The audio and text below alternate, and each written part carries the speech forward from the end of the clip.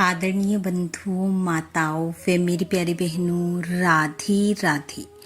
आप सभी का हमारे YouTube चैनल जीवन की धारा पर बहुत बहुत स्वागत है। बंधुओं, आज हम इस वीडियो में कार्तिक मास महत्तम का 28वां अध्याय सुनेंगे, जिसे सुनने सुनाने से भगवान श्री हरि की कृपा से मनुष्य भक्ति और मुक्ति दोनों का अधिकारी होता है। कथा महत्तम सुनने के बाद यदि आप हमारे चैनल पर नए हैं तो कृपया हमारे चैनल को सब्सक्राइब करें, बेल आइकन को प्रेस करें ताकि हमारी वीडियो की नोटिफिकेशन सबसे पहले आप तक पहुंचे। वीडियो को शेयर व लाइक भी जरूर करें। तो आइए सुनते हैं आज की कथा। आशक्त अवस्था में यानी कि कोई मुश्किल समय में कार्तिक व्रत के निर्वाह का उपाय। सूत जी कहते हैं, हे महर्षियों, भगवान वासुदेव अपनी प्रियतमा सत्यभामा को यह कथा सुनाकर सायंकाल का संध्या उपासन करने के लिए अपनी माता देवकी के भवन में चले गए। इस पाप नाशक कार्तिक मास का ऐसा ही प्रभाव बतलाया गया है। यह भगवान विष्णु को सदा ही प्रिय है तथा भोग और मोक्ष रूपी फल प्रदान करने वाला है। रात में भगवान विष्णु के समीप जागना, प्रातः काल स्नान करना, तुलसी की सेवा में लगे रहना, उद्यापन करना और दीप दान देना, ये कार्तिक मास के 5 नियम हैं। इन 5 नियमों के पालन से कार्तिक का व्रत करने वाला पुरुष पूर्ण फल का भागी होता है। वह फल भोग और मोक्ष देने वाला बताया गया है। ऋषि बोले, रोमहर्षण कुमार सूत जी, आपने इतिहास सहित कार्तिक मास की विधि का भली भांति वर्णन किया है। यह भगवान विष्णु को प्रिय लगने वाला तथा अत्यंत उत्तम फल देने वाला है। इसका प्रभाव बड़ा ही आश्चर्यजनक है, इसलिए इसका अनुष्ठान अवश्य करना चाहिए। परंतु यदि कोई व्रत करने वाला पुरुष संकट में पड़ जाए या दुर्गम वन में स्थित हो अथवा रोगों से पीड़ित हो तो उसे इस कल्याण में कार्तिक व्रत का अनुष्ठान कैसे करना चाहिए? सूत जी ने कहा, हे महर्षियों, ऐसे मनुष्य को भगवान विष्णु अथवा शिव के मंदिर में केवल जागरण कर लेना चाहिए। विष्णु और शिव के मंदिर न मिलें तो किसी भी मंदिर में वह जागरण कर सकता है।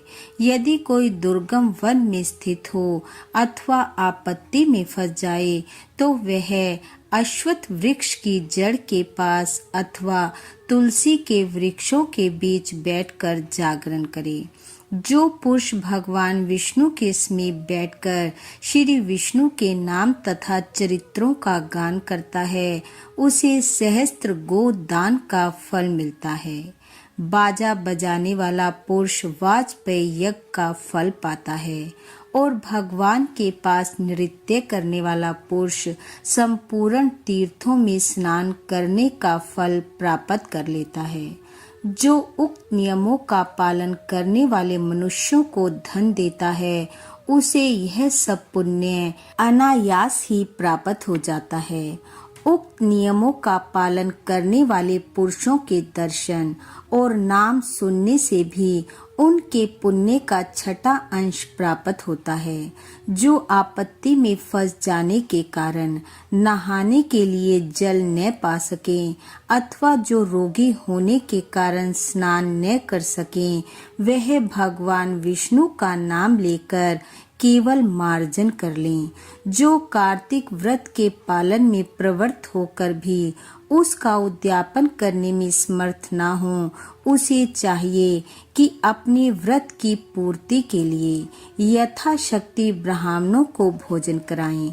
ब्राह्मण इस पृथ्वी पर अव्यक्त रूप श्री विष्णु के व्यक्त स्वरूप हैं। उनके संतुष्ट होने पर भगवान सदा संतुष्ट होते हैं, इसमें तनिक भी संदेह नहीं है। जो स्वयं कार्तिक मास में दीप दान करने में असमर्थ हो तो वह दूसरों का दीप जलाए अथवा हवा आदि से उन दीपों की यत्न पूर्वक रक्षा करे। तुलसी वृक्ष के अभाव में वैष्णव ब्राह्मण का पूजन करें, क्योंकि भगवान विष्णु अपने भक्तों के हृदय में सदा ही विराजमान रहते हैं। अथवा सब साधनों के अभाव में व्रत करने वाला पुरुष व्रत की पूर्ति के लिए ब्राह्मणों, गौ तथा पीपल और वट के वृक्षों की सेवा करे। ऋषियों ने पूछा, सूत जी, आपने पीपल और वट को गौ तथा ब्राह्मण के समान कैसे बता दिया? वे दोनों अन्य सब वृक्षों की अपेक्षा अधिक पूज्य क्यों माने गए?